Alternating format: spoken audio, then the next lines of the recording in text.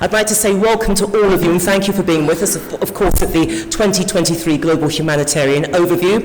Some of you may have been here at the beginning of the session this morning. If you haven't, or if you weren't, my name's Juliet Foster, and in a few moments I will be moderating our panel, Anticipatory Action, Strengthening Local Communities' Resilience. Now, 2023 is almost 2 months old, and already it has been blighted by tragedy. Thousands of people are dead in Turkey and Syria following back-to-back earthquakes, while others have been left injured, homeless and bereft of hope. Miraculously, some survivors have been pulled from the debris, raising hopes, however faint, that others could still be found alive. Yet amidst the tears, the sadness and scattered moments of joy, it's easy to forget that crises are happening in other parts of the world too. Conflict, drought-related climate change and the global spike in food prices have brought misery to the people of Western Central Africa. 6 months on from devastating floods in Pakistan, around 200,000 people remain displaced, while an estimated 9 million others could be forced into poverty as a direct consequence of the floods. After a powerful earthquake in 2021, cholera is now reportedly sweeping through areas of Haiti, inflicting further pain on the country wracked by lawlessness, violence, and political inertia. Climate change is one of several devastating threads that runs through this heartbreaking litany of disasters. It is a key activator of food insecurity, with drought, storms, and frequent and intense floods accounting for up to 90% of natural hazards worldwide. Those same forces are compounding other hunger drivers such as conflict and economic weakness. So how can lives be saved, valuable resources protected, and population displacement avoided? Anticipatory action is the buzz phrase in humanitarian circles, and what is there not to like about a system where risks are identified and vulnerable communities can respond before they come to any harm? Evidence indicates that strategies built around early warning and preemptive tactics not only saves lives, but are cost efficient, avoid unnecessary suffering, and prevent more severe impacts. In other words, anticipatory action bridges the gap between long-term disaster risk reduction efforts and a humanitarian crisis response. It empowers vulnerable communities, gives them a voice in consultations, and allows them to make informed decisions. It also contributes to achieving commitments mandated under different global and regional policy frameworks. However, it takes money to make things happen. So who should finance the investments to scale up the capacity of at-risk communities? Is there enough faith in the ability of local and national NGOs to make complex decisions and manage funding?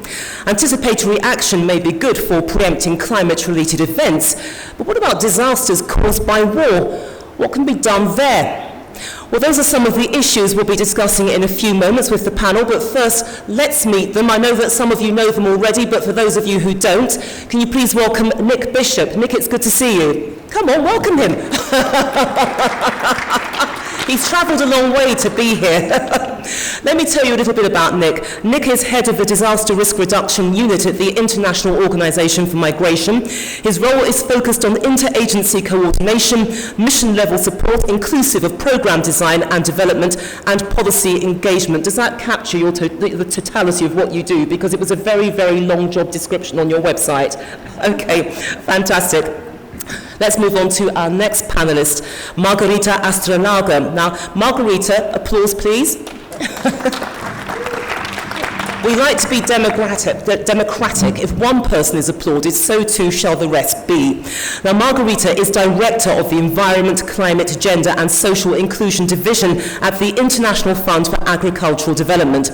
Now, her team is responsible for mainstreaming environment, climate, gender and social inclusion solutions in IFAD's operations and policies, while ensuring that the highest social, environmental and climate safeguards are applied. Did I get that right? Yes and no. We'll talk about the no later. I got most of it right. No, it's because I left IFAD Could you? a year ago. Oh, right, okay. Well, that's what you did before you left. Right, so I've been corrected. That's the correction. This is what she did at IFAD before she left. Are we clear on that? Fantastic, good. Let's move on now to Nesta Owamahangi, Please, Nesta, don't be offended by this, but you are a veteran of more than 25 years' experience in the humanitarian and development sectors, much of which has been with the United Nations Population Fund, or UNFPA, and the UN system. Some people get offended when they're called veterans, but I think it's a compliment. So do you feel complimented or offended? You feel complimented? Yes, I do. That's fantastic. He's an extraordinary veteran. Thank you so much. And let's move on to our next panellist, Oliver McTurnan. Excuse me, thank you. Now, Oliver is the director and co-founder of Forward Thinking, which is a London-based charity that works to prevent and resolve conflict at a national and global level. And prior to founding Forward Thinking in 2004, he was senior advisor to the Club of Madrid, which is a group of former heads of state and government committed to supporting governments in transition to democracy. Oliver, welcome. I think I've just scraped the surface of your life because there is so much more beyond that description, but we'll talk about it later. And last but by no means least, Giordano Cenieri. Thank you so much. Now, Giordano is the Governance and Peacebuilding Regional Team Leader for Arab States for the United Nations Development Programme, or UNDP. All of you, you are welcome. Thank you so much for being here in Riyadh. Now, before we go ahead with the main discussion, let me give you an idea of what's going to happen next, because I'm going to ask our panellists 2 questions each, which they will answer in 3 and 4 minutes. Be nice to me, you might get an extra minute, okay? But what we're going to do, though, is to draw the first straw. I drew it for you, Nick. So you are going to take that first question. My question to you is the following. I'm also giving you a choice. Would you like to answer the question from there, or would you like to answer it from here? Yeah, okay, that's fine, that's fine. Okay, so this is my first question to you. Now, we know that communities on the front line of the climate crisis, they are not in the position where they can wait for international climate change negotiations to curb global warming or come up with financing solutions. We know that these communities are at the coalface of the climate crisis, and they require locally focused, protection-centred approaches. My question to you, how does IOM, as the UN Migration Agency, address displacement and protection risks in the context of rapidly escalating climate change and disasters? It's a big question. You have 4 minutes. Thank you so much, Juliet, for the warm round of introductions to myself and my fellow panelists. Apologies for being late. We had a bit of a mix-up with the venue, but first and foremost, let me say thank you so much to KS Relief for organizing the 3rd Riyadh International Humanitarian Forum.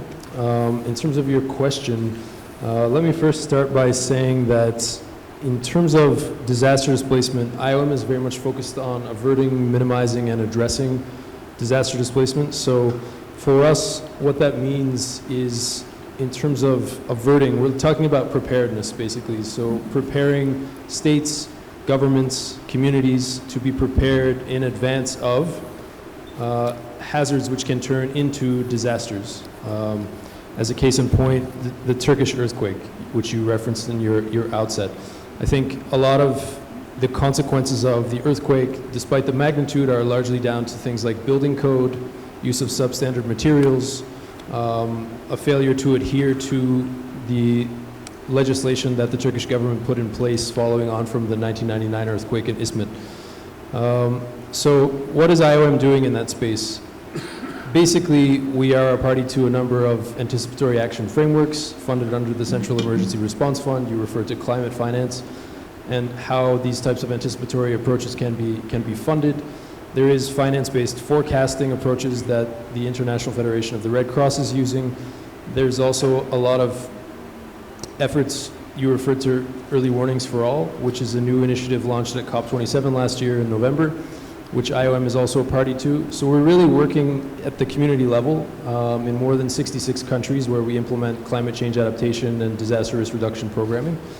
We're doing that at the community level through community-based disaster risk reduction. We're supporting communities to identify and set up disaster management committees and put in place roles and responsibilities if and in case there is flooding, there is a drought, there are other issues around water scarcity.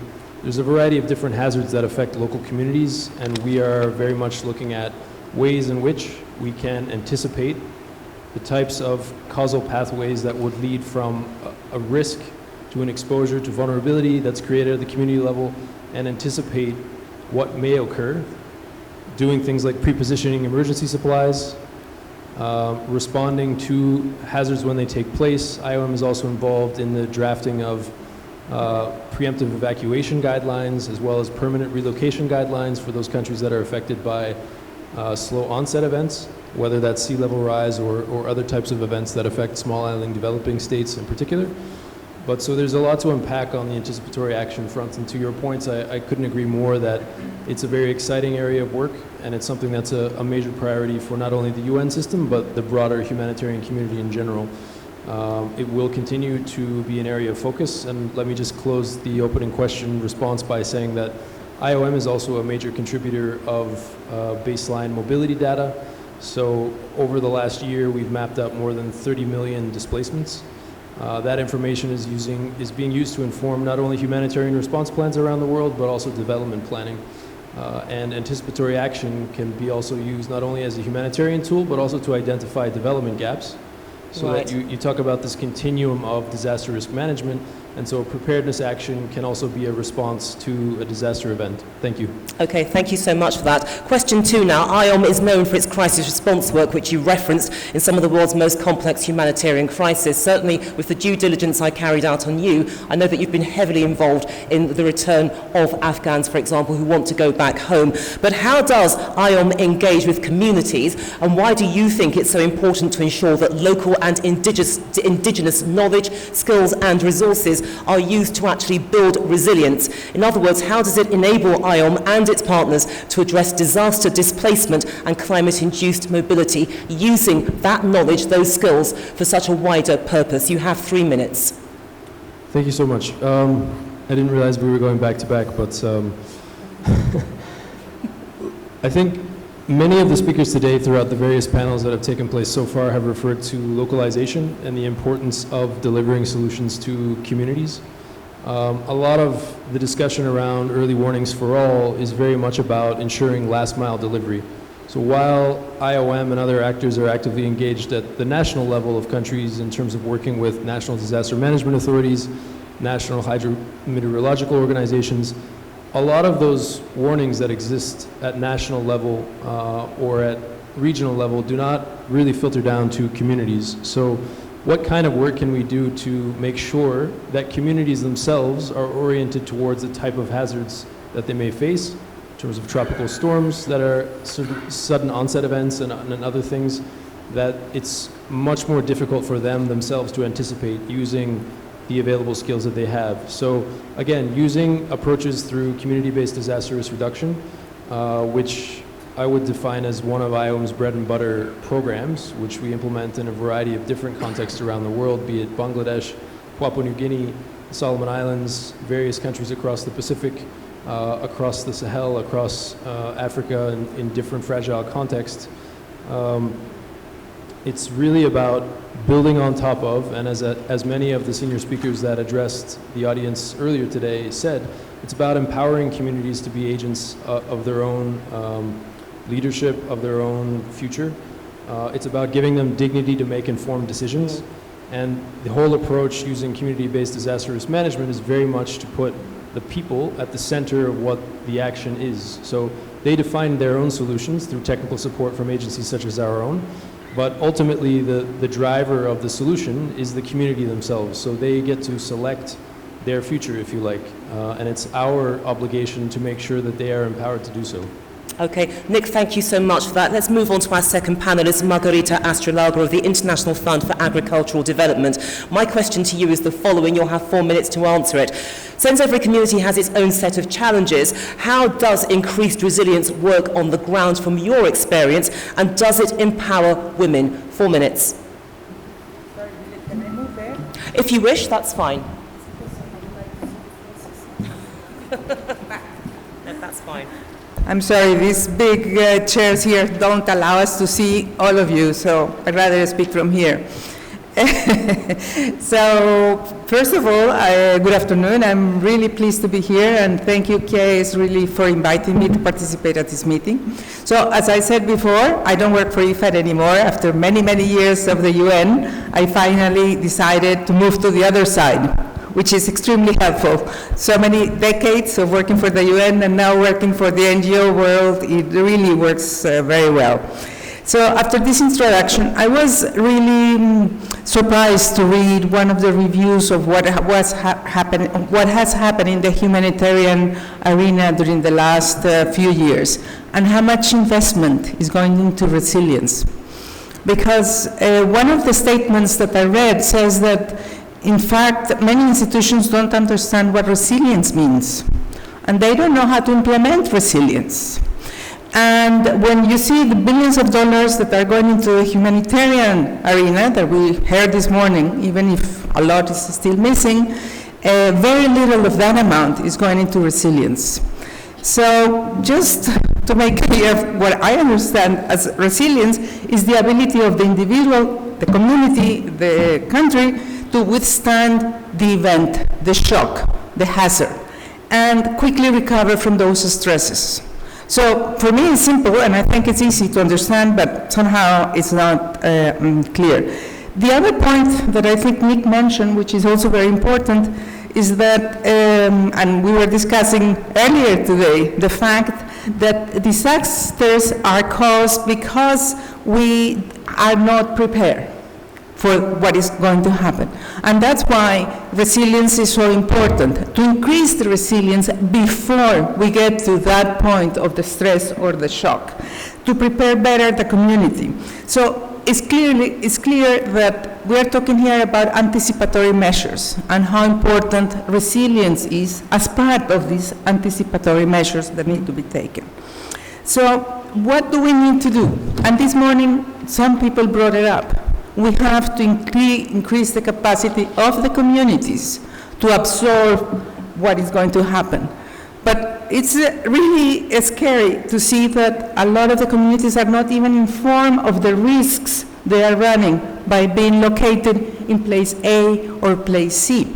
So to inform the communities, to bring up or to increase their capacity to deal with those risks, it's fair enough. Here there is a very big risk of flooding, but what you have to do, and sometimes it's simple to increase that resilience, is having a bar that will tell you when it's orange, when the water reaches this point, you have to go to this place. So this means having contingency plans that they know if the water reaches the orange line, they have to go to the school that is the highest point in the community, so that we don't lose any lives.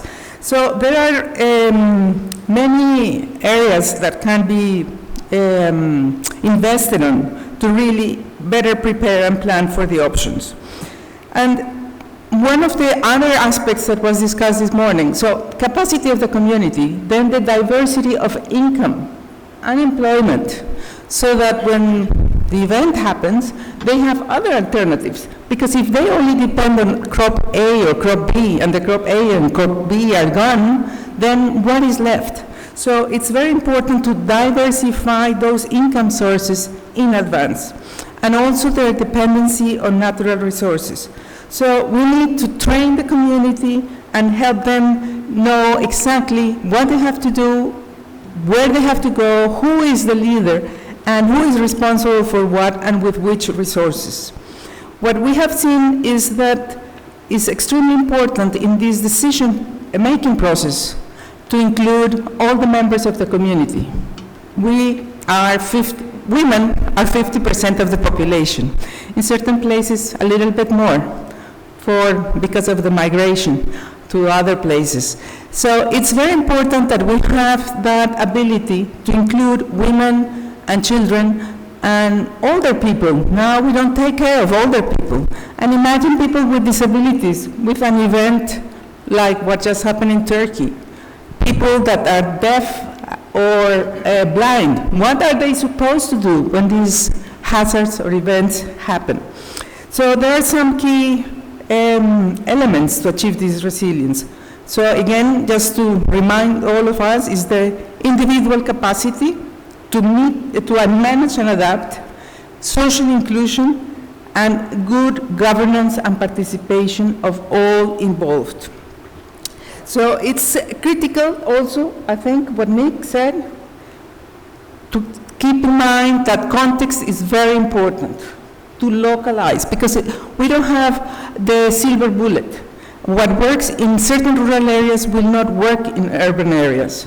So to define our strategy for that increased resilience, we need to take into account all those local elements that will make a difference for the success or the failure of our increased resilience. Okay, let me put to you the second question. You actually touched on the women as well, but my interpretation of that is that by focusing on inclusion, you bring in the women, okay, and you unlock their power, which in turn feeds into the community to give it resilience. And what I'd like from you now, I'm sorry to put you under a time constraint, but we will look at this in more depth, is an example where increasing resilience on the ground was successful and produced positive outcomes. Well, I would say that one of my favorite good examples is what is happening in Cuba with the hurricanes. The hurricane season repeats and repeats, and more often we have hurricanes in the Caribbean that affect all the Gulf of Mexico. When we see how it works there, the research institutions are responsible to providing the evidence of what is happening, to advise the government, this is going to happen, prepare the community, prepare the people. So when you go to the rural areas and you hear by radio, by mobile, by whatever means possible that this is coming, and please prepare your homes for the hurricane that we expect, 6 or 7 or whatever is the type of hurricane is coming.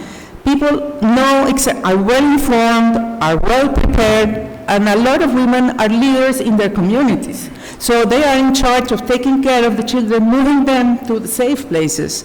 And when the hurricane comes, of course there is the devastation, because it's normal, the high winds will produce some devastation. But very, very rarely, in all these last 20 years, people have died in Cuba. Well, we just heard what happened recently in Florida. They had no electricity for several days, they had no mobiles. So you see very rich governments cannot really plan for these emergencies. And these emergencies are happening more and more often. So it's lack of planning and political will, if I may say so. Don't be hesitant.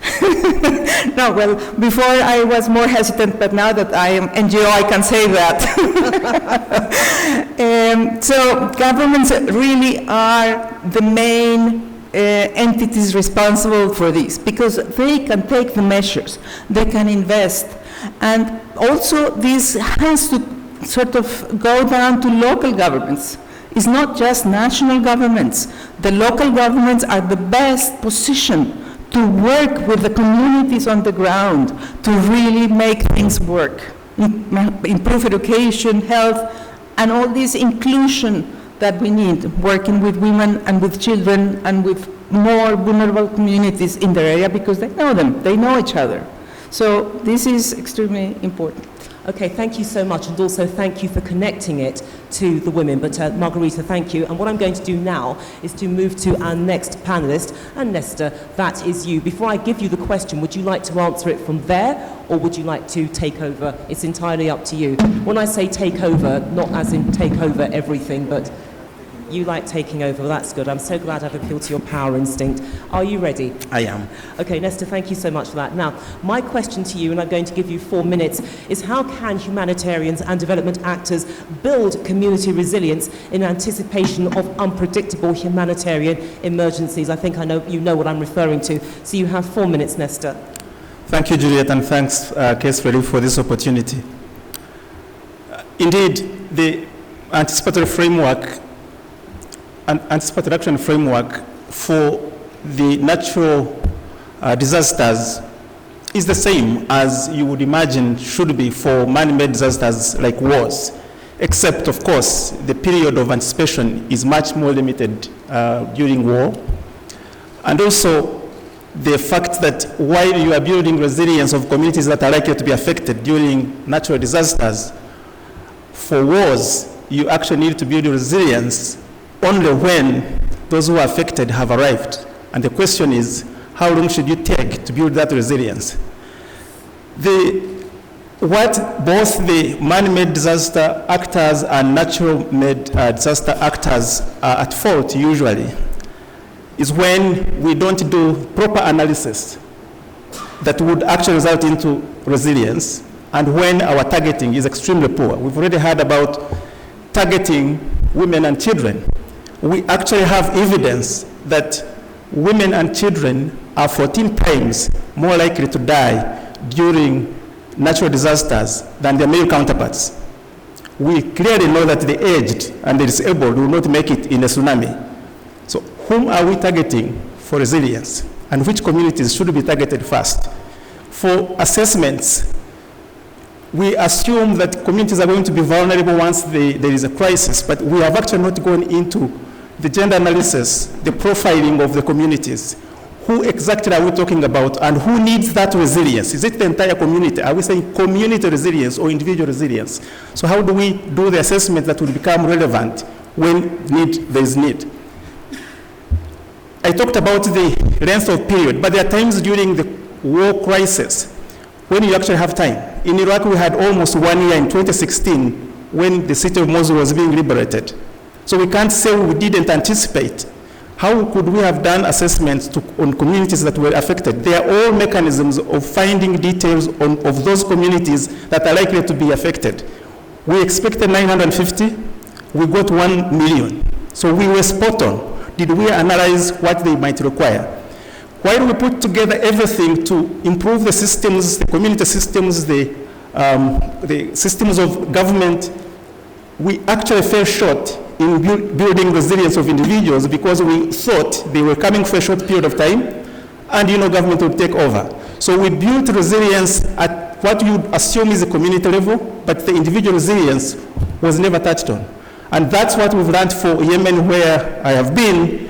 Every program we put in place, we make sure that there is economic empowerment of the most vulnerable women, and we have targeted them, identified them, and we know where they are. We also know communities that are likely to be affected. We know those who are displaced are actually likely to be most affected by floods than those who are in normal situations. So we target specific areas that we think are likely to be affected most. Okay, thank you for that. The second question, why has anticipatory action been a challenge for conflict-induced emergencies? You have 3 minutes. Quickly on that, usually our contingency plans are plans that emerge out of our heads. So we want to make a contingency plan that we know we are likely to approach a situation this way, but we've not done the thorough analysis that I've talked about.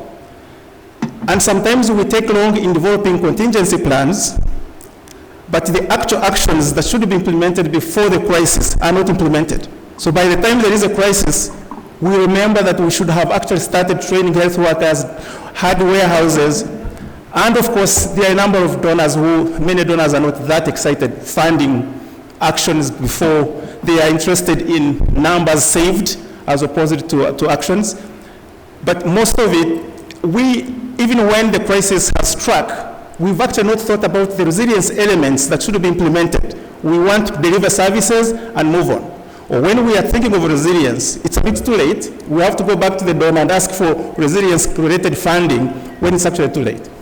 Okay, Nestor, thank you very much. Thank you. Okay, so let's move on to our next speaker. This is Oliver McTurnan. So again, I'm going to offer this to you. Would you like to take the question from where you are, or would you like to come to the stage? I'm happy to answer from here, Juliet, provided people can hear. Yes. Can everybody hear, Oliver? It's very It's nice. You easier. get to see everybody's face. Lovely, good. Okay, which is why I'm actually sitting back here. Not because I don't want to see your faces, but because it's very comfortable. That's okay. Good. Okay, so Oliver, what I'm going to try to do now is to find the questions which we have drafted. And I have found them, I'm delighted to say. Okay, so you're coming at this from a slightly different angle, okay? But From your perspective, are human insights more important than predefined models of response? Now, when you give me your answer, and I'm going to give you 4 minutes on this, I want you to put it in the context of Grenfell Tower. And for those of you who don't know what Grenfell Tower was, it was a residential high-rise block in London that was the scene of one of the deadliest structural fires in the United Kingdom in over 30 years. I think over 70 people died. Great. Thank you very much, Juliet. And first of all, may I say, I appreciate everything that is being said and the necessity for that pre-planning. But as Juliet said, in light of the experience that Jordan, who's with me here, and myself had in the aftermath, the immediate aftermath of Grenfell, it did raise certain questions about pre-prepared plans to build resilience. And I say that because there we were in central London, very sophisticated society, so supposedly had all these first responses in place. We were in the Middle East at the time of the fire, arrived back 2 days later to receive a phone call saying from the survivors, could we come in and help them? And the reason for that is that the first response, as I say, at a local and a national level, failed to address the crisis the individual victims, the survivors, were facing. The response was all geared to deal with community, overlooking the fact that communities are made up of individuals. And what we discovered 2 days after, 3 days after the fire, was the supposed community was understandably in shock and suffering from the trauma that the normal patterns of reaction, working together, the sort of seeking common ground, they weren't there. But no one was recognizing that, and therefore their needs were overlooked. In short, it took us 3 months working 7 days a week with the survivors to create a sense of unity and purpose. And that came through a lot of listening, allowing people who've been traumatized to actually articulate, and through this process of dialogue, daily dialogue, discovering actually what was the sufficient consensus for them to be able to work together to survive that trauma. Now, 5 years on, they're still working, because 5 years on, we still have discovered that the first response, well-planned, thought out, wasn't hearing yet. Partly because there's been an official inquiry, an excuse has to be, we have to wait to the end. But the lesson, Juliet, I'd like to pull out and conclude with this, is talking about resilience. The strength of a community's resilience, I think, depends on the ability of the individuals that make up that community to play their full part. Okay. We will look at resilience in communities in a few moments, but let me put the second question to you.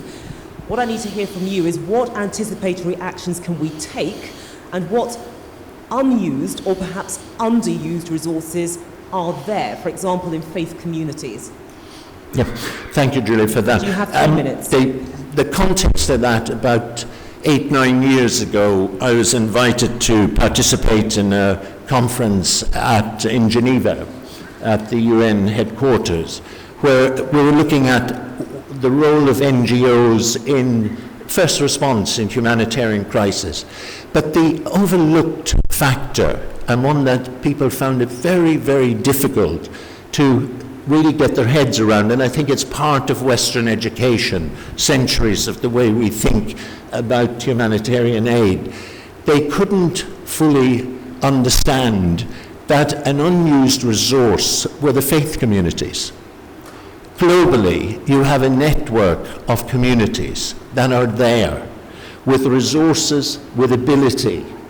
What is lacking sometimes is the work that's needed to ensure that whatever the crisis, be it climate crisis, be it a conflict crisis, that those communities are able to use their local resources, know-how, knowledge in an effective way and work together. So that's something I think we really do need, first of all, to rid ourselves of prejudices, and fears and anxieties, and there was a lot of that expressed in Geneva, but rid ourselves of that and see the network of faith communities as a very valuable resource in the immediate response, I wouldn't say immediate response to crisis.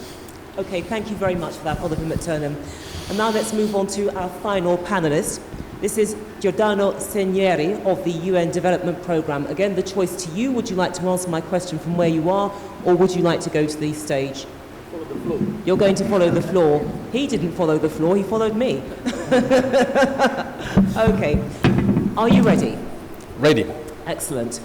The local dimension, as we know, is critical to the success of prevention and the management of crises and shocks. Building the resilience capacities of local actors and communities contributes to protecting hard-won development gains. Okay, that's been reinforced by what we've heard. Given that, what is UNDP's vision for resilience building, and how do you think investing in prevention can be a game changer within this context? It's called a two-in-one question. You have 4 minutes. Thank you very much, Juliette, and thank you very much also to KS Relief for bringing all of us together today in this important gathering, and also to the audience for listening to us after a very busy day. Margarita said it already. She went into the heart of the question of what resilience means. But let me add just a couple of points, which I think also are important to be placed in this discussion. We heard that resilience is seen as the ability of individual households, communities, but also cities, systems, states to prevent, resist, adapt, adjust, respond, and recover when a shock or a crisis hit. This means that communities and all the stakeholders I mentioned, they have to be able to maintain an acceptable level of functioning without compromising longer-term prospects for peace, development, for human rights, and the well-being of all. This is a definition that the UN shares. It was a definition defined by a paper in 2017 by the UN systems, also by UNDP. And what is interesting is what really are those capacities, if we try to unpack a little bit. And I refer to what Andrew Mitchell said this morning at the opening sessions. Resilience is about saving development gains in times of crisis. It's the ability to bounce back using responses to preserve the essential basic structures and functions. It means capacity to make incremental adjustments to moderate potential changes without major disruptions. It means early action. It means early warning. It means even forecast-based financing. Reducing vulnerability, exposure, and risks. And finally, transformative capacities, which is probably the most complex one to understand, because some structures, some people, communities might feel trapped in a cycle of poverty, of disaster, of conflict. So transformative capacities means to actually be able to move from those systems who are not performing anymore to something different. Resilience applied to all contexts, humanitarian development context, but definitely is more relevant for countries who are emerging from conflict or prone to disasters. And actually, this means that we all have to work together for that. As Nestor said, understanding the context is crucial. Understanding that all the dimensions of risks is necessary. Having specific tailor-made measures for inclusion of youth, women, people with disability, and also building on national and local capacities. We often come to contexts with some ideas or receipts, but we have to be able to listen and understand what are the endogenous resilience capacities that are there. The challenge today is that these capacities might be eroding. I was in Somalia a couple of months ago and speaking with many stakeholders. They were telling me we were used to drought. We had our coping mechanism because drought was eating us every 4, 5, 6 years. So we were able to stockpile food and manage the agricultural cycles in a certain way. Today, drought is hitting more frequently, so even our coping capacity and resilience mechanisms are not working as before. So the second part of the question, why is... Can you be brief with that so that I can also give you the second question? Okay. And then we can go into the full discussion. I will be very, very brief. Thank you very much. Prevention and anticipation, why are the game changer? Because they are able to break the cycle of fragility, is what EU Commissioner Lenarčič was mentioning today. If we want peace, we have to invest in peace. In other words, prevention always, development when possible, and humanitarian assistance where necessary. So breaking the cycle of fragility and crisis is what, through investment of prevention, can actually end up building more and more resilience. Thank you. You had a bit more than 4 minutes, but I won't hold it against you. Right, let's move on to the second question, because look, we've heard from our colleagues here on this panel, and indeed some of the other discussions that have been held about local solutions. But can you give us specific examples, or a specific example of anticipation and prevention work that UNDP has carried out in the field, and also the highlights that you've learned in terms of what works on how best to engage with actors at the local level, something which I think is going to figure quite prominently in the discussion. You have 3 minutes. One example, I think, about the tension monitoring system that was set up by the UNDP in collaboration with UNHCR in Lebanon in 2017. Basically through gathering different data from different sources, from ministry and UN data, WhatsApp surveys, and reality checks, the UN were able to constantly monitor tensions, initially between host community and refugees, but then started to look at this more holistically. The impact was the capacity to mainstream conflict sensitivity in programming, have better prioritization in terms of addressing the needs of communities, and having all actors around the table sharing the same understanding of the context and priorities. There are a number of lessons learned that I think some of which were mentioned even this morning and by the previous panelists. The first is that there is no, we cannot fix political problems with technical solutions. This is what also I think Filippo Grandi said this morning. So investing in peace, in political solution and prevention dimensions is critical.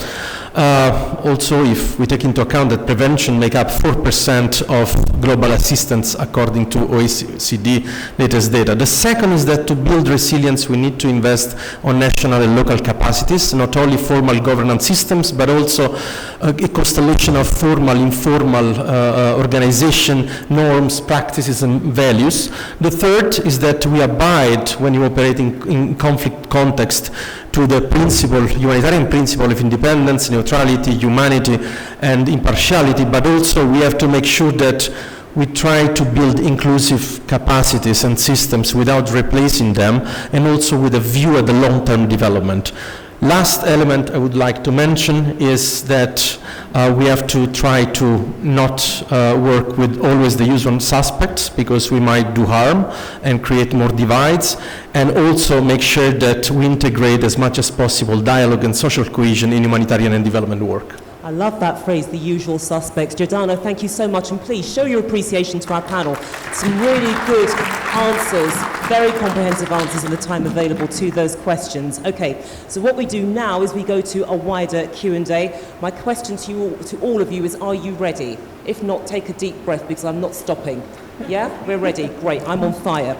Okay, look.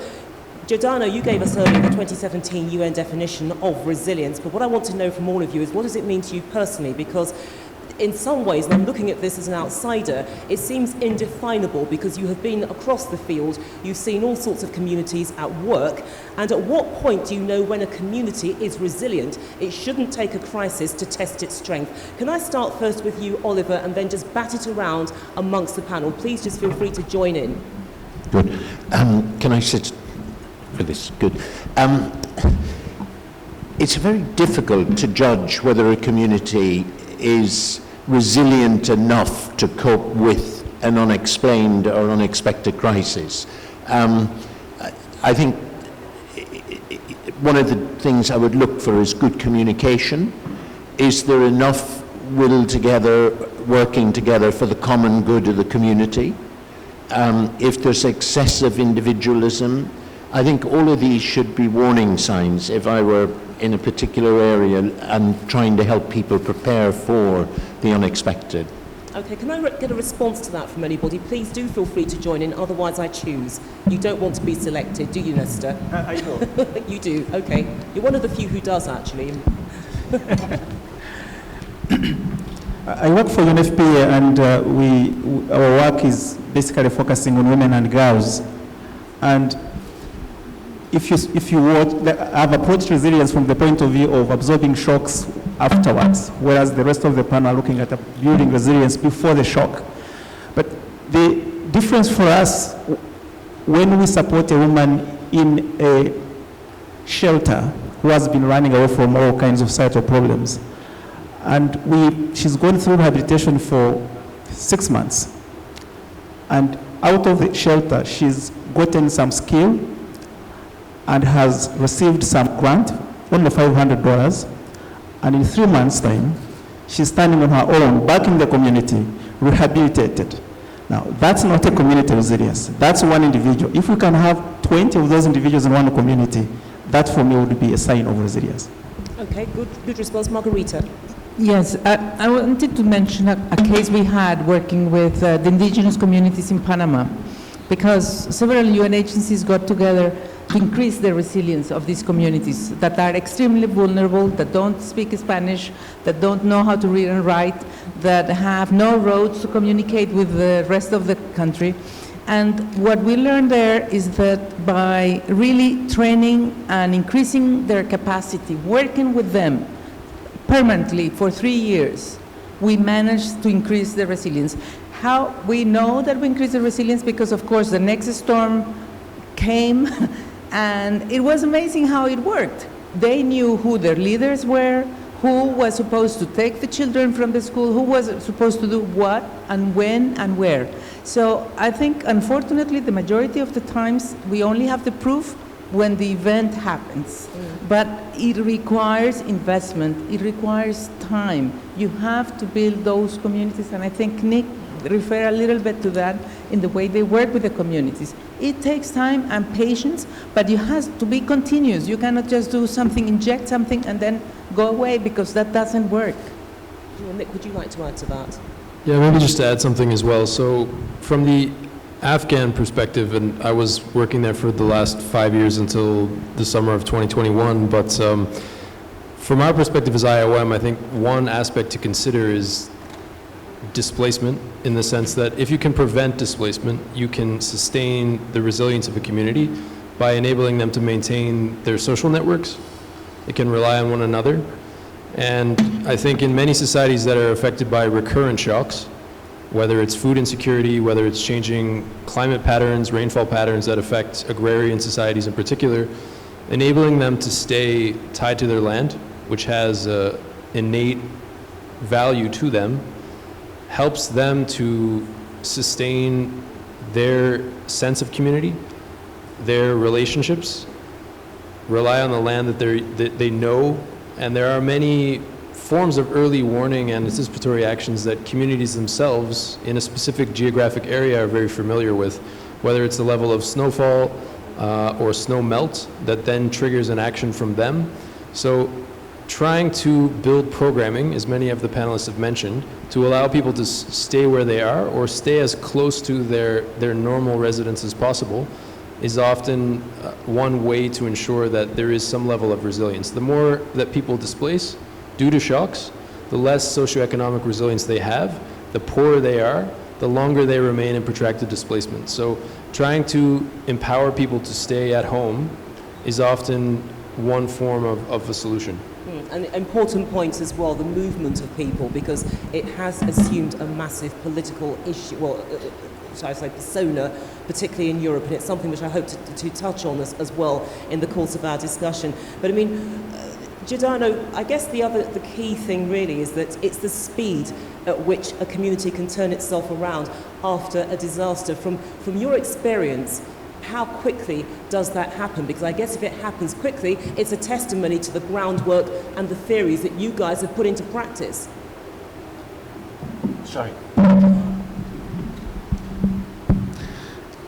Time time is a challenge, is one of the challenges, because when we want to rebuild a community, especially after a conflict, we cannot expect quick wins. And this is also an issue that it's related to the way funding is channeled, because in post-crisis, still humanitarian situation, the expectation is that funding comes with year cycles. We are starting to see some light in the sense that more and more frameworks are multi-year, but still these are initial steps. But when we want to rebuild the social fabric, when we want to build trust, this requires time, patience, and so it needs a collective effort where donors, stakeholders, the UN, civil society comes together. So we cannot expect the results to happen quickly, they take time, but it's the worthest investment, as was mentioned repeatedly this morning, that investment on prevention. So this is one of the key elements. The second is that to do that, we have to make sure that we create safe spaces and even peace bubbles where people from different communities and polarized views can be slowly brought to a shared understanding.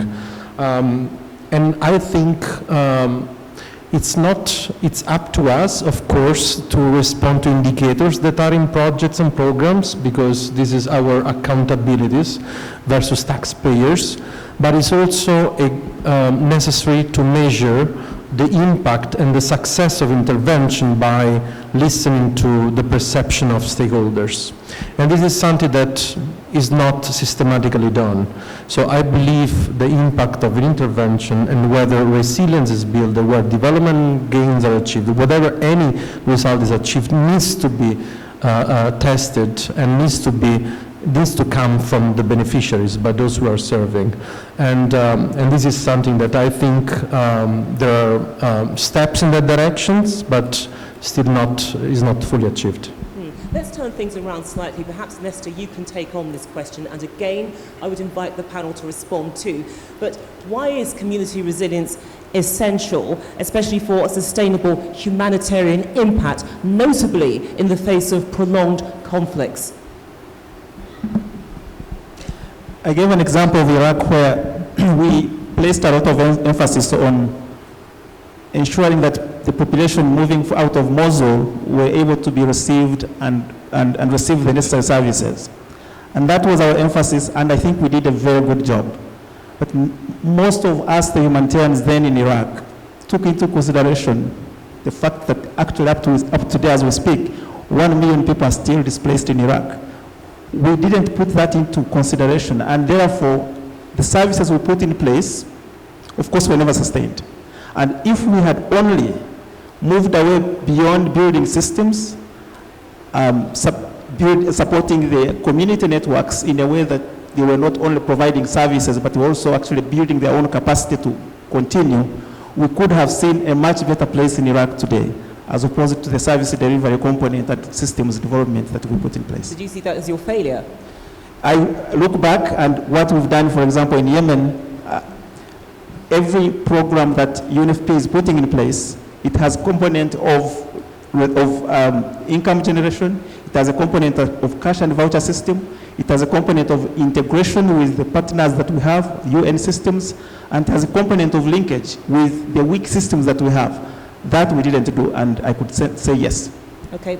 Oliver, did you want Julia, to respond? yes, if I can. You mentioned about prolonged conflict and resilience. I think we've got to acknowledge there is a big risk also in a community being too resilient. And I'm thinking of Gaza. I've been going there now for 20 years. I've observed close up what well-educated people with a deep sense of identity, culture and aspiration, with unbelievable resilience, to be able to cope with what most of us couldn't. 4 hours a day electricity for the last 15 years, no clean water, access to clean water, medicines in short supply, lack of freedom of movement, all the things that we as educated, particularly people, would find totally destructive in our lives. We're talking about a place with 8-9 universities, with 2.5 something like 500,000 of young graduates with no job opportunities. But I think it is the resilience that's almost in the Gazans' DNA that has given excuse to the international community not to act politically as it should be. So the point I'm making is resilience, great, necessary, but it should also be recognized that it cannot be used as an excuse for political inaction. Right, but the cynical news journalist within me, and you have to forgive me for this because news and current affairs was my background for a very long time, says that too much resilience is not necessarily a good thing if it inadvertently hides the problems, because as far as the international community is concerned, well, guys, you're doing very, very well. I mean, a very cynical interpretation, but I mean, Nick, look, is that part of the problem, that if you can build a community, you can make it very successful, but it's counterproductive if you then go to donors and say, look, we need X, Y, Z, and they say, no, you don't, you're doing really well. Sorry, it's the news journalist coming out there. Take mine. No, it's on now. Normally, I mean, as I was saying, given all the different backgrounds here on stage and all of the information systems that have been developed in the last several years in particular, there's usually not a significant disagreement between institutional donors and ourselves in terms of the promotion of the needs that we find on the ground. And when we carry out detailed analysis and focus group discussions with communities, carrying out perception surveys, and other forms of data collection, typically there is agreement in terms of needs with donors. I'm sure that anyone could agree with many of the humanitarian situations that are afflicting the world right now. There's almost unilateral support from donors. Yes, there is a major funding gap, but I think there's also some new innovative funding solutions that are coming to bear. Increasingly, climate security is a major consideration. Increasingly, there's a lot of additional funding towards fragility.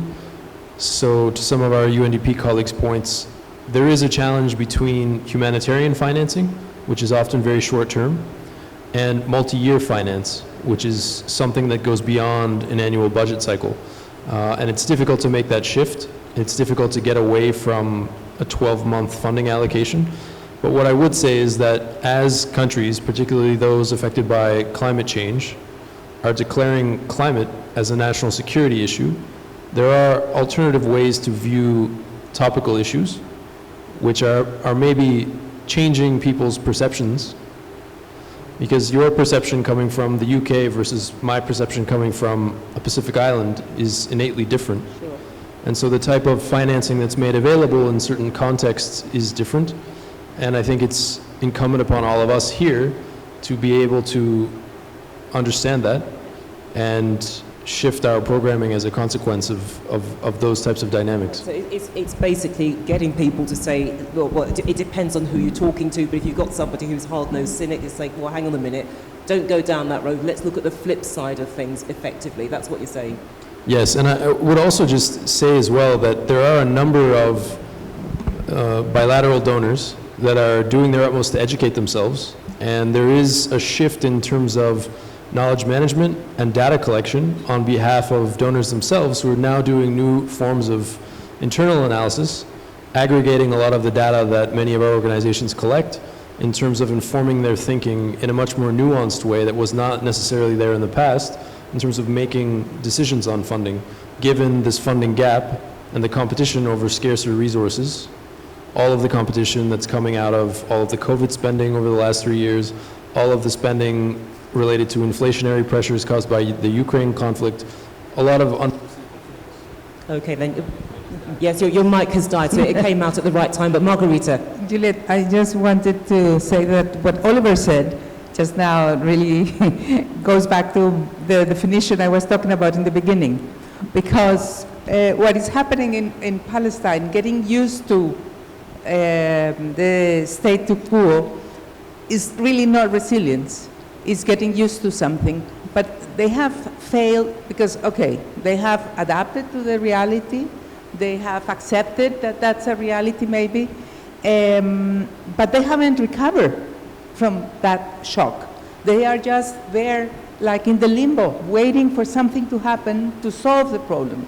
And I think part of the main interest when we really work on resilience is ensuring that they, as individuals and as a community and as a country, can recover. And I think they haven't reached that point. So it's really not resilience if you cannot ensure they recover. But I think I want to go back to that point somebody raised earlier, which is the issue of only 4% investment in resilience of all the money that goes into humanitarian. Because the reality is that in a lot of places, you read all the strategies of many institutions, all of them include resilience in their strategies. But it's more, I'm sorry to say, but it's a lot of greenwashing. I include resilience because it's the name I use, I have to have it in my strategy to get money. But then let's go and see how much is going to the ground. I have been, unfortunately, part of the hurricane in Haiti, of the hurricane, the earthquakes, everything. I had to live with 2 of those situations. And the number of people coming into Haiti to help, the millions and millions of dollars that arrive after the event.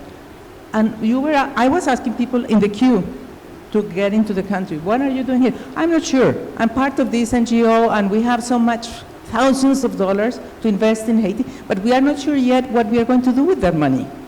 And the president will say to us, why is it no coordination? Why is that all these people are coming here now instead of before to help us prepare better for these events that, unfortunately, in Haiti are occurring every 3 years? Oh, that's interesting. You use the term greenwashing because we were talking online, in fact, in the run-up to this event. And the point which I was, or the vibe that I was getting off you was that you can talk about investing in resilience, but if it's part of a long line of strategies, and the worry is if it somehow gets quietly shelved, okay?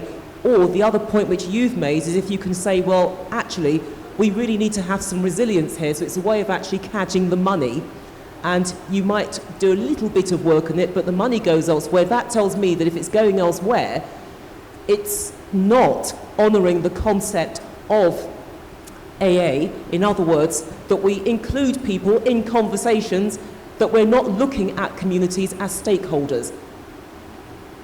Have I got that right, or have I got it completely I think off? you are totally right.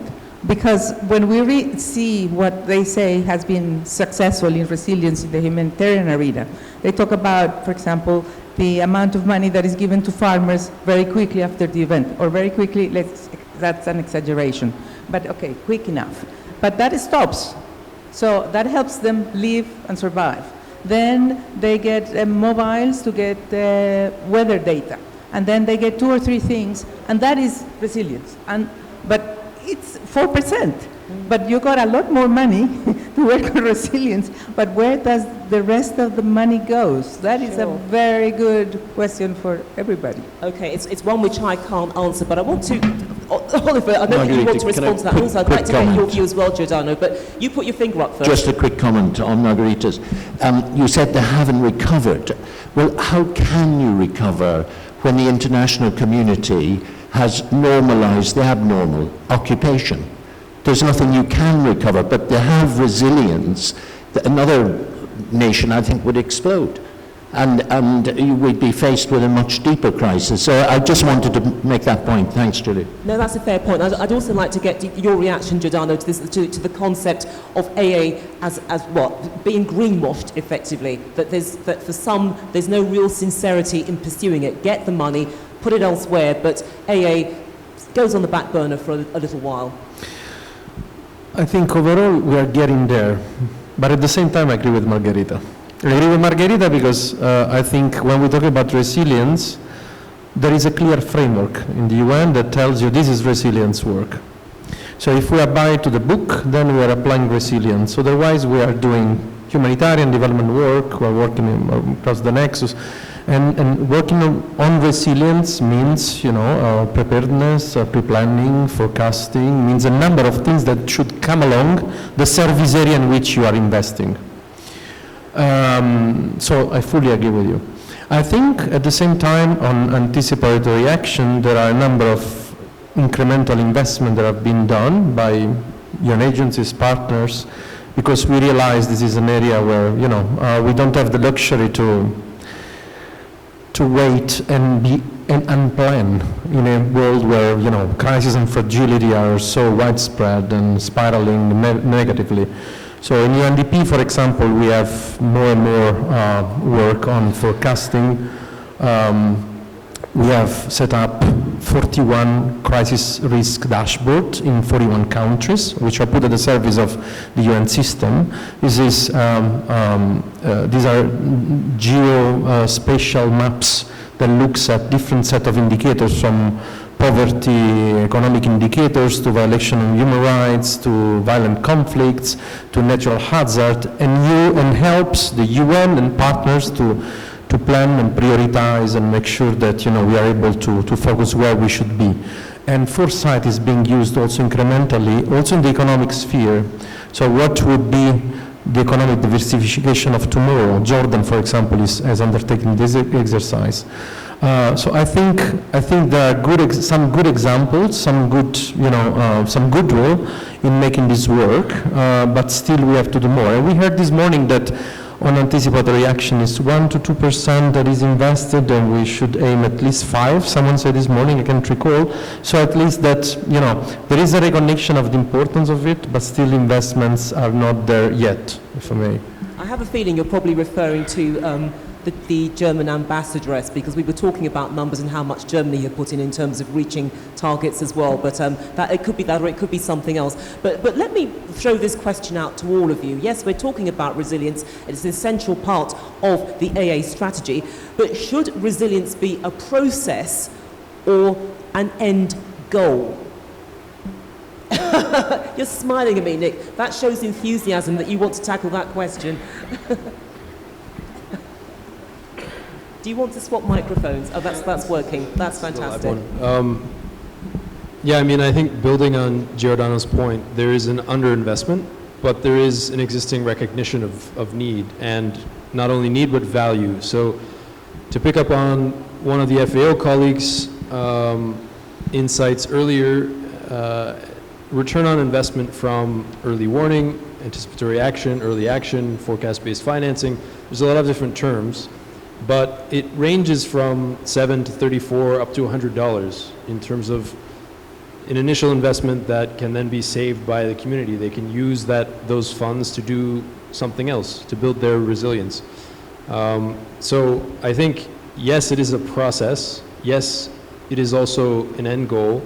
I think it's important to see things less in a linear way and more of a continuum. So for us and for myself working on disaster risk reduction, there's been a lot of calls today by Martin Griffiths, etc., to bring a third in the room climate change actors, a third in the room humanitarians, a third in the room development actors, an additional third for donors. I would add a third for disaster risk reduction proponents.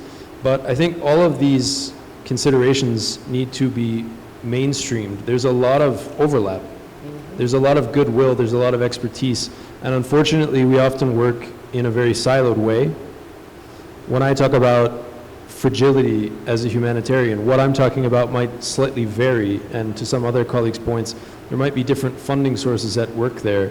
But ultimately, we're all trying to achieve the same goal. So it's about identifying links, making tie-ups, and trying to advance on a common agenda. We have a partnership with UNDP called the Capacity for Disaster Reduction Initiative. We've supported over 40 countries to build their capacity on disaster risk management. What we would like to do is refocus those efforts on early warning systems to try and achieve by 2027 universal access to early warning at the community level, where we hope that will again support building resilience, to your point. So it is a process, but it's also something that exists now and can exist in the future.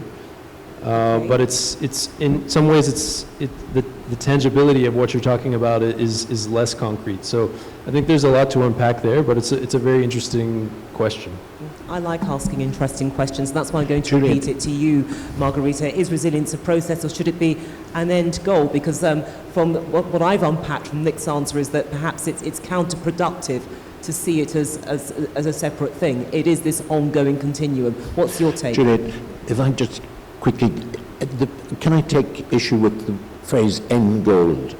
I think resilience should never be an end goal. It should be a temporary goal to help people, enable people achieve their end goal. Okay. Sorry, but... No, that's what, I just broached the question. I did invite people to come in, and if there's something you disagree with, do that. We like healthy debate. But having heard that from Oliver, what's your take, Margarita? Yeah, I totally agree that for me, at the end of the day, definitely the community should be more resilient.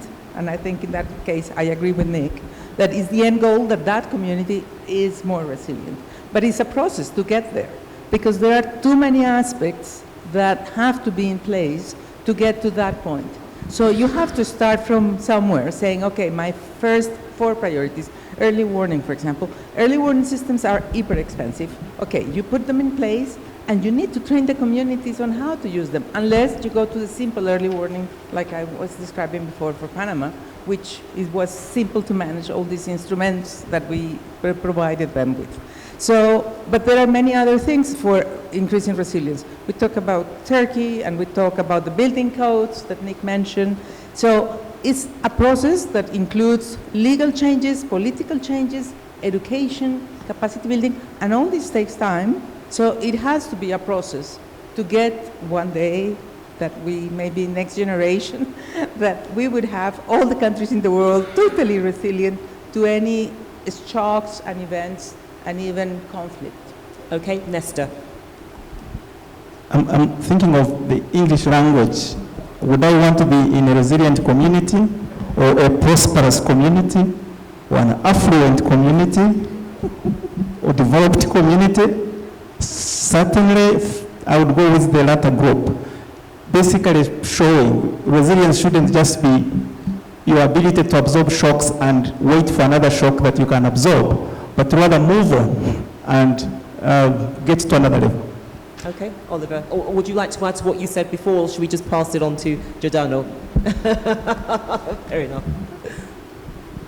I always refer to what has been said this morning, because I thought the panelists was really great. One of the panelists mentioned 80% of the disasters we have today are due to conflicts or man-made. And this is important to be bear in mind, although the natural ones are on increase. This means that for me, honestly, a resilient society is a resilient who is able to renegotiate peacefully its social contract. It means that one of the aspects of the definition of the resilience, which I gave earlier, is the transformative one. So when the society is trapped into a cycle of conflict, polarization, tensions, poverty, disaster, the capacity to look forward and to agree collectively on what would be the best outcome for that same society. So I think that is probably one of the nicest achievements from a social, sociological perspective in terms of resilience.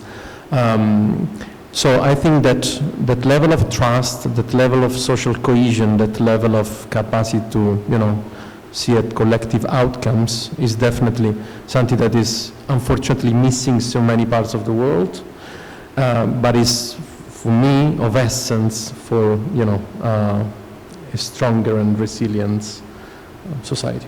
Okay. Can I just add something outrageous? Sorry to... We're going to have to build up a queuing system. I'm jumping. The way we are thinking, if I may say, is, as an outsider, looking at not responsible for the day-to-day response, but the way we're thinking, it seems to me, is that we're saying to communities, we're going to train you, we're going to teach you the techniques to cope with our inability to prevent what we should be able to prevent, conflict. Because your statistic is most of the crises we face are human-made. They're result of the failure of politics, the failure of diplomacy. So I think the mistake we risk making is, how do we make better an industry building resilience that shouldn't really be there if we're effective on the diplomatic and political level. Sorry. No, that's fine, that's fine.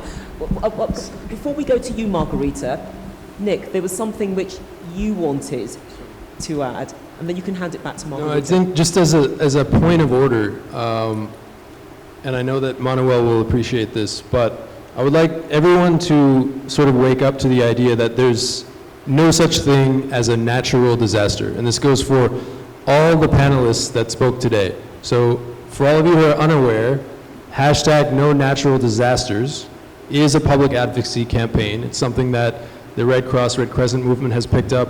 It's something that many actors are very strident around. But when you categorize something as a natural disaster, it takes away the human aspect. Our behavior is often the cause of a disaster. Lack of adherence to building codes, cutting corners on use of substandard materials. There is a social, political, behavioral aspect in a disaster which is linked to a complex equation around risk, vulnerability, and exposure, which creates the conditions for a disaster to happen. If an earthquake happens in the center of an ocean, there is no disaster. So I think it's incumbent upon all of us to stop using the term natural disasters.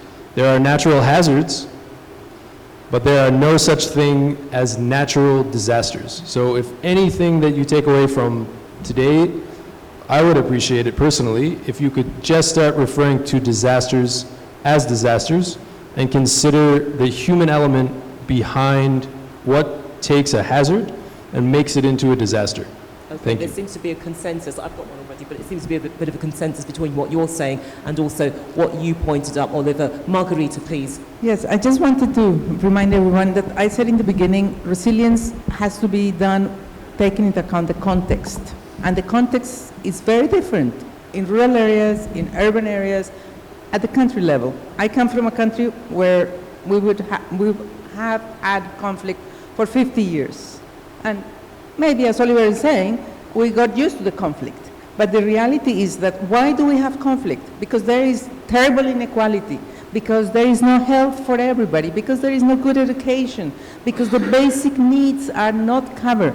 Governance is very poor. There is a lot of corruption. So there are a lot of elements that are not really enabling resilience of the citizens of the country. And we will never have peace until these things are dealt with. And I think conflict in many countries comes from the same reasons and the same way. In other countries, it comes from water. There is not enough water for everybody. There is not enough resources. Okay, so they fight because of that. But the fact is that we need education in all levels, at the community level, at the country level, because that's a basic need. We need different options of livelihoods, different economic sources.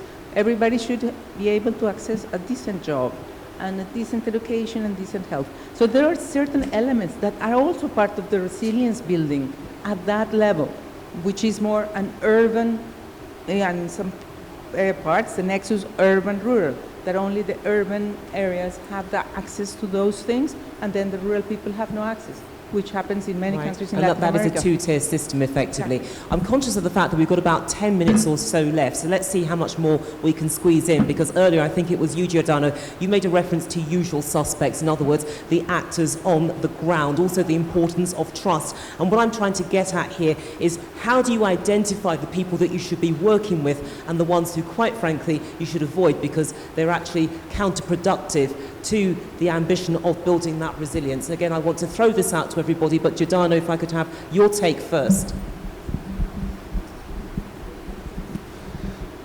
First of all, one of the elements is to look at the rural-urban divide. Don't work only on urban areas, but try to go a little bit in the periphery. Border areas are often marginalized, and then have your checklist of groups and communities, and rely on local actors who can advise you how to reach out to the hard to reach. But the hard to reach, I don't like this definition, because they are hard to reach for us who are capital centric. Hard to reach, they are there. It's just that we are not equipped properly to reach out to them. That's why collaboration with grassroots organization, community level, NGOs, CSOs, faith-based organization is crucial to be able to reach out to these people. We often tend to work, we say always, let's work with youth, but often we stop at the connected youth, the youth that speak our own language, so we should really go beyond that. And I think given the number of persons with disability, especially in crisis and conflict countries, such as in this region where the number of people with disabilities is very, very high, this is a category that by default we should engage and is well organized in terms of civil society. So these are a few aspects that I think should be kept into mind. Okay, thank you very much for that. Would anyone else like to add to it? Oliver, would you like to respond to that? Yes, Juliet. We work on a principle of inclusivity, that if you don't work on that principle, I fear you sometimes prolong the solution. You know, you paper over the crack, you're not dealing with it. So I'm very much against the current trend in Europe and in America to prescribe groups. They're beyond the pale. I think you have to, certainly working in the capacity we are on a humanitarian level, you have to include everyone, and you have to find mechanisms whereby people begin to understand that very often we're dealing with a clash of perceptions, not a clash of reality or a clash of ideology. And it's creating spaces in which people can share their differences. Certainly, Jordan and I discovered that essential at Grenfell, that we couldn't work on the assumption everyone was in the same space. You had to give them time to understand each other. And Lester, is that your experience of it as well? Because, as Oliver pointed out, a government says one thing, but on the ground, it's a completely different ball game altogether. In a number of situations, and the emphasis I had was on the time you need to take to do proper analysis on what you need as opposed to what to avoid. And we all know that working with the local societies, the communities, the groups, the women groups pays off. But that depends on what resilience you actually want to build. And out of that, you'll be able to find maybe some of the actors are irrelevant to you, and you need to know how to work around them, like we do in some of the parts of the world. And some are extremely important for you. But that has to be done through a thorough analysis, which we usually skip because we want to rush into implementing other programs that are promoting resilience. Okay, Margarita. Yeah, I think that part of we have a big problem because today one of the panelists said that all these billions that are going into humanitarian, it's like between 1.3 and 4.3% that really goes to the affected community. So we are talking about all the humanitarian money. And it's going 1.3 to 4.3 really to the community. And I think it's because we have a big problem getting to the community level, because the majority of the entities at this conference work with governments. And we have a procedure to follow. So that's why I was saying it's very important to involve local governments, because the local governments are closer to those where the event happened, to the communities. So we haven't mentioned here the importance of the private sector, which the private sector is extremely important, because if this conflict happens, if this crisis happens, they are the losers at the end of the day. Well, everybody's a loser, but as they are interested in making money, they should also give a hand in this process. But they just move away like butterflies and go elsewhere because there is a conflict or there is a crisis here and we cannot make money here. We should really get them involved and listen to them, because when we started working with youth many years ago in my previous institutions, when we called them, the youth of the different regions, and asked them what they wanted, we were surprised to hear what they wanted. It was so different to what we thought from our podium, our nice, comfy office, in whatever place we had our comfy office, that they needed. No, they needed totally different things. And I think that is a big challenge we have. Because youth is quite big. If we think of the definition from 18 to 24, according to the UN, but in Africa from 18 to 35, depending on the country, because it's the national legislation that prevails, is a lot of people. How do you bring them in and find out what are the real needs? How can you conduct a needs assessment when you have so many to consider? Okay, and Nick. A lot's already been said, but maybe just to reflect on the fact that at COP27, via the Center for Excellence on Disaster and Climate Resilience, there was an attempt by multiple agencies to come forward with transformative approaches, specifically in conflict and fragile settings, to promote new types of funding, normally through international financial institutions like the World Bank Group and others, to try and find solutions, or at least a solutions pathway, for conflict-affected settings like Somalia or South Sudan that are kind of perceived as a protracted example of something that's irresolvable, a conflict that can't be resolved through political goodwill, through diplomacy, through other attempts to resolve. And what each agency came forward with were examples of programming that are ongoing, that are working at the community level on things like disaster risk governance, on setting up disaster risk management structures, on climate resilient infrastructure, that are really making a change for people in societies affected by gross levels, endemic levels of conflict, violence, and climate change. And I think there's a lot of evidence through the International Crisis Group and many other forums to suggest that there is far too little funding going to these settings, and this transformative approach, this moving back from the edge report as it was called, is an attempt to try and reverse that understanding, to show that there are in fact a lot of positivity around investments in fragility. More needs to be done to amplify that.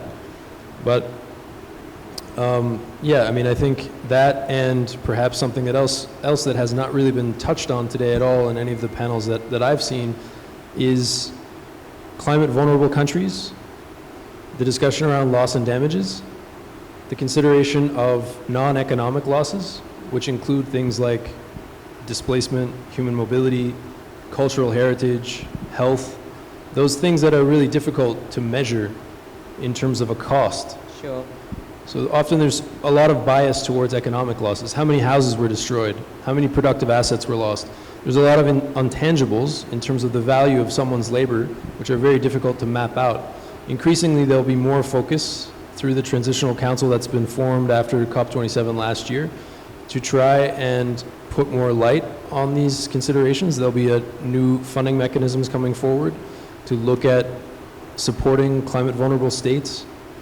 And I think given the level of recognition that there now is in the international community, given the types of forums that we're all a party to now, hopefully it's a positive trend in the right direction to rework some of the infrastructure that's currently been in place to finance conflict-affected, fragile states, and to try and reverse engineer a solution to some of these more endemic problems. Yeah, and it's a fair point, and also in fairness to the conference, I take your point about the environmental factors. There is another day to go, so it could yet be discussed as well. So don't write it off prematurely. But look, I want to close out by focusing on some of the key takeaways that we've gleaned from the conversation, and I'd like to get your reaction to it very, very briefly to take us up to the top of the hour. First up, establish effective communication channels for local authorities in the most conflict and disaster-prone areas to enhance their responses to community service needs in a comprehensive and sustainable manner.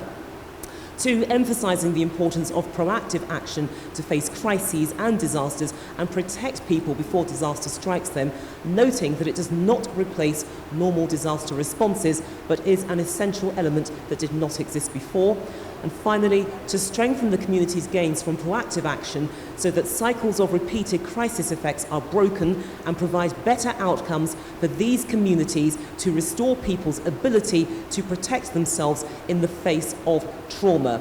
Those are the 3 takeaways that we've gleaned. Can I briefly have your response to this from the panel, and then I will close out. Giordano. Sorry, I forgot you didn't have the microphone with you. Thank you very much, and congratulations for summarizing in 3. I think an element that is very important that came out through the discussion already or even do not spell out in these terms, is the HDP Nexus approach, making sure that humanitarian development peace actors work in synchrony, and then life-saving assistance, which is necessary, also is an opportunity at the same time for development actors to start thinking and addressing the root causes and the drivers of instability, crisis and conflict. Okay, thank you. Oliver, very briefly, please. Very briefly, I think key adaptability based on listening to the context in which we're working. Okay, Nesta. Individuals who are likely to face it harder when they encounter shocks, and we identify the number of groups that are likely to be more affected than others within the community. Thank you. And Margarita? Increase investment in resilience. Money, money, money. Final word to Nick. So I think there's a lot to be done for adaptation. There are hard limits to adaptation, and there's obviously a lot of investment that needs to go into mitigation as well. I would again come back to the no natural disasters hashtag, and just to say that obviously there's a lot of innate capability, not only in this room, on this panel, within the broader system, to find and identify solutions for affected communities, even in the world's hotspots, whether that's a climate hotspot, a conflict hotspot, or a combination of both. I think there is a lot of human action that we're capable of, and it's all about coming together and trying to find solutions to some of the world's most pressing problems. Okay, thank you very much. A good note on which to end this discussion, but can you please show your appreciation to our panel? Nick, Margarita, Nesta, Oliver and Giordano, thank you so much for a really interesting debate. I encouraged you to interrupt each other, and I'm delighted to say they did. May all of our debates in future continue along those lines. Thank you so much. Enjoy your evening. Everybody have a good evening, and we'll see you tomorrow at some of the other debates tomorrow. Thank you.